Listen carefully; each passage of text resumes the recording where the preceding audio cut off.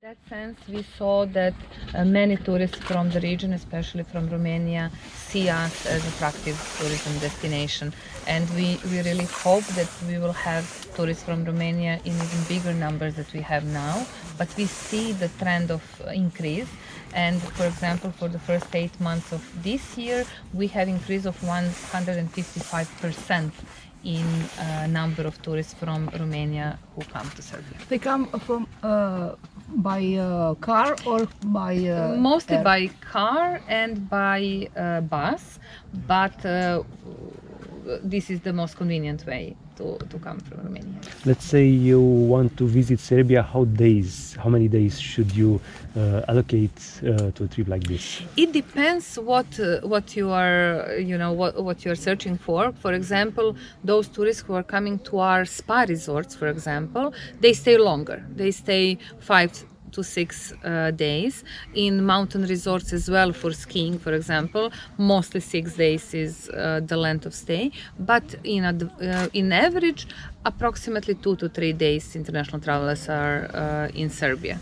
Have you seen an increase after the pandemic? How do the numbers work? Yes, we can say that this is the year of recovery for Serbian tourism, because this is the year when we already now can say that we will have the new best results in tourism, and we will have more overnight stays than we had in 2019, which was record year for Serbian tourism. So we can say that we have recovered when pandemic is concerned, and also different tourism products are now in focus. So everything that is nature-based is in focus as well. So international travelers still are coming for city break vacations, but also for those that are nature-based. Where do your tourists come from? What countries?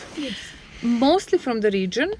So when we talk about top 10 tourists coming to Serbia, we have tourists from Turkey, we have tourists from Germany, from Bosnia and Herzegovina, Montenegro, North Macedonia, Romania, Germany as well, Bulgaria, Slovenia, Croatia, so mostly the region. I understand you have a new Ministry of Tourism. What do you expect from the new government and from the new minister? And is your strategy going to change, or are you going to keep the same way? What are your plans for that?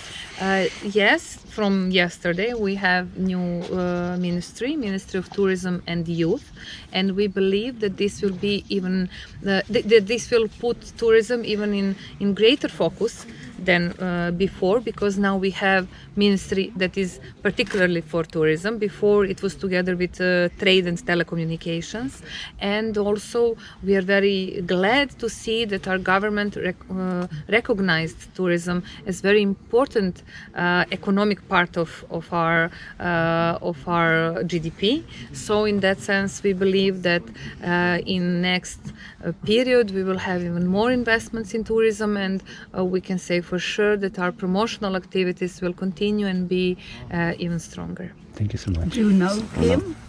A specialist in tourism? Yes, I know him, and I believe that he will bring some new ideas, because it's always good from time to time to have a change, because young people are always enthusiastic and in that sense and motivated. So we believe that with him we will have good results. So you told us about the percentage in the GDP. Can you be more specific? Directly, tourism is approximately 3% of GDP. 3%. 3%. But Okay. when we talk about general exports, out of all exports, 20% is related to tourism. And what is also very important, the income from international travelers is continuously growing. So for the first 8 months of this year, we had 1.5 billion euros income of tourism of international travelers who come to Serbia, which is a significant increase comparing to the previous years. Because to compare, in 2019, which was the record year, for the whole year we had the same income. So we already reached that in first 8 months. Do you have like a brand to promote yourself outside Serbia? Strategy? Yes, we have a strategic marketing plan for promotional activities of Serbia, and regarding that plan, we also did the rebranding of National Tourism Organization of Serbia, and also of let's say the main logo of Serbia. So which is? Now we are Experience Serbia. Experience Serbia. Yes, okay. Because we know that Yes, exactly. You have it. That's the new one. Because this is something that tourists are searching for. Tourists are searching for new experiences. They are searching for creating new memories, because now the competition is really high, and in almost all destinations you have a high quality of the hotels, you have different activities, but experience is something that is making the difference. So that's why we are putting emphasis towards that, because we do believe that Serbia is offering unique experience, and that's something that we want to show. Okay. So, is Serbia a winter destination?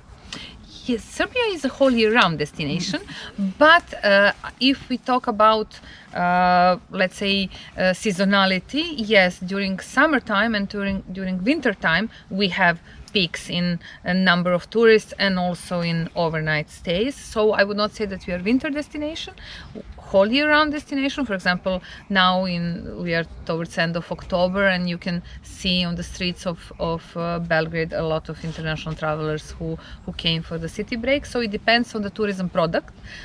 So during winter time, for sure, mountain resorts are in main focus, but during summertime, city break and our spas as well, and in general nature-based vacations, we have 5 national parks, for example, but also during these periods in between, because usually spring and fall are great for city break and for visiting our cities, and that's something that we are working for, to be the whole year-round destination. Thank you. How many tourists did you receive until now this year? Until now, we received almost 3 million tourists, and we had almost 9 million overnight stays. So it's really growing fast.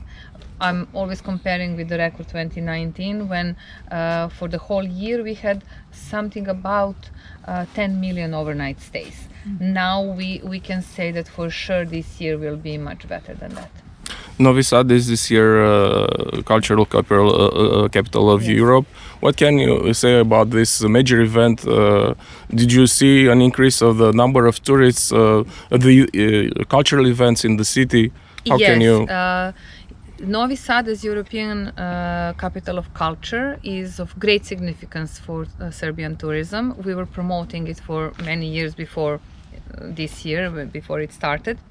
And the fact that we had so many different cultural events during this year, and we will have them until the end of the year, showed us a significant increase in number of tourists who come to Novi Sad especially, but also, because we are so close now, Belgrade and Novi Sad connected with this fast railway and only 30 minutes ride from Belgrade to Novi Sad is showing us how many tourists are, interested in those cultural events that were brought with this really significant title.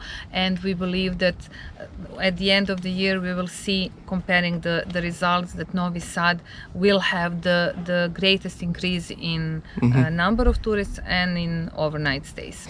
What do you expect to happen after this year, in the near future, considering this major event? It's very good, because there were a lot of investments in infrastructure, so this infrastructure will stay.